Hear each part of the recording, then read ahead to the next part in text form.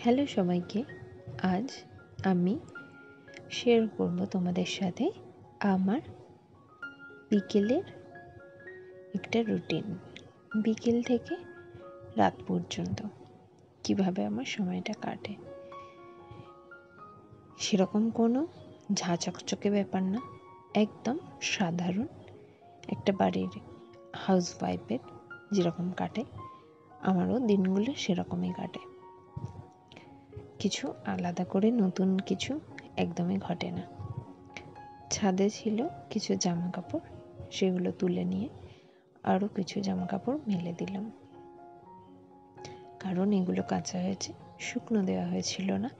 তাই আমি ভাবলাম এখন দিয়ে দিই, যেহেতু প্রচণ্ড হাওয়া, এগুলো আবার রাতের মধ্যে শুকনো হয়ে যাবে। জানো, এই সাধারণ দিনগুলোর মধ্যেও অসাধারণ কিছু ব্যাপার থাকে, যেমন অনেক স্মৃতি, অনেক ভালো লাগা, খারাপ লাগা, আরও অনেক কিছুই, যেগুলো আমরা কখনো কখনো চাইলে শেয়ার করতে পারি না। আসলে মেয়েদের জীবনটাই মনে হয় এরকম, অনেক কিছু মনে হয়, আবার কাউকে বলাও যায় না। কাউকে বলা যায় না, এটা অবশ্য আমার ক্ষেত্রে একদমই ভুল। আমি আমার জীবনের সমস্ত কিছুই আমার হাজব্যান্ডের সাথে শেয়ার করি, সেটা খারাপ হোক ভালো হোক, আমার ভালো লাগা খারাপ লাগা, আমার জীবনের ঠিক ভুল সমস্ত কিছুই। যাক, কি বলবো ভেবে পাচ্ছি না। মাঝে মাঝে অনেক কিছু মনে হয়, কিন্তু এই যে আমরা মেয়ে, সবসময় সব কিছু বলে ফেলতে নেই, অনেক কিছু চুপ করে দেখতে হয়, শুনতে হয়।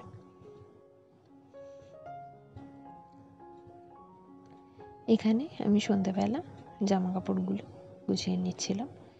প্রচুর জামা কাপড়, আমার হাজব্যান্ড যখন বাড়িতে থাকে প্রচুর জামা কাপড় বের হয়। যদিও এগুলো আমি কাছাকাছি করি না, এগুলো গুছিয়ে রাখার, ঠিক করে তুলে রাখার দায়িত্বটা আমারই থাকে। ও সমস্ত জিনিসে ভীষণই পারফেক্ট, আমি একদমই অপোজিট। আমি খুবই খামখেয়ালি, খুবই নিজের মধ্যে থাকতে পছন্দ করি।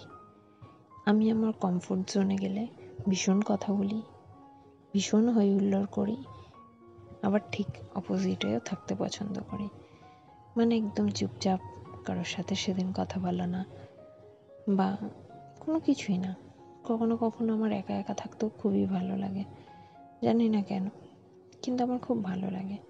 অনেকে বলে খুব বেশি বোর লাগে, খুব বেশি একা লাগে, একাকিত্ব, এগুলো না আমার কেন জানি না হয় না খুব একটা। আমি বিয়ের পরে 4টে বছর হায়দ্রাবাদে একা একা কাটিয়েছি, ঘরের মধ্যে।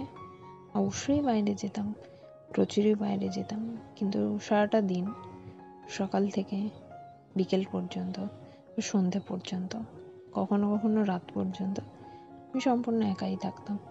সেদিন সারাটা দিন হয়ে যেত আমি কারোর সাথেই কথা বলতে পারতাম না, এরকমভাবেই আমার দিন কাটতো।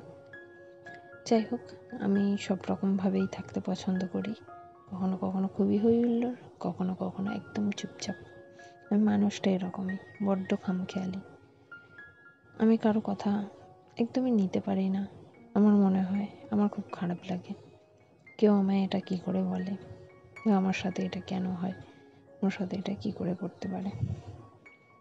আমি আসলে একটু বেশি ভাবি সব কিছু নিয়ে, ভাবতাম, এখন আর এগুলো নিয়ে কিছু ভাবি না।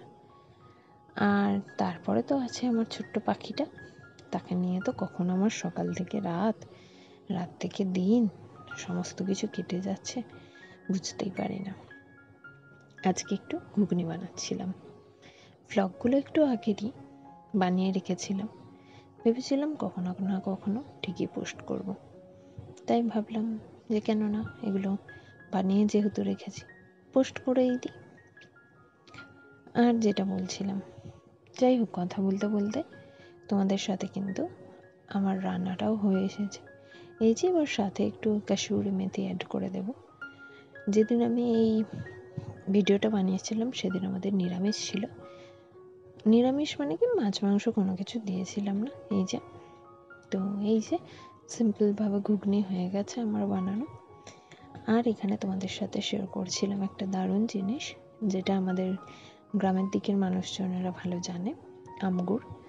আসলে কয়েকদিন ধরেই এখানে ঝড় হচ্ছিল, আর ঝড়ে আমাদের বাড়ির আশেপাশে যাদের বাড়িতে আম গাছ আছে, তো আম পড়েছে।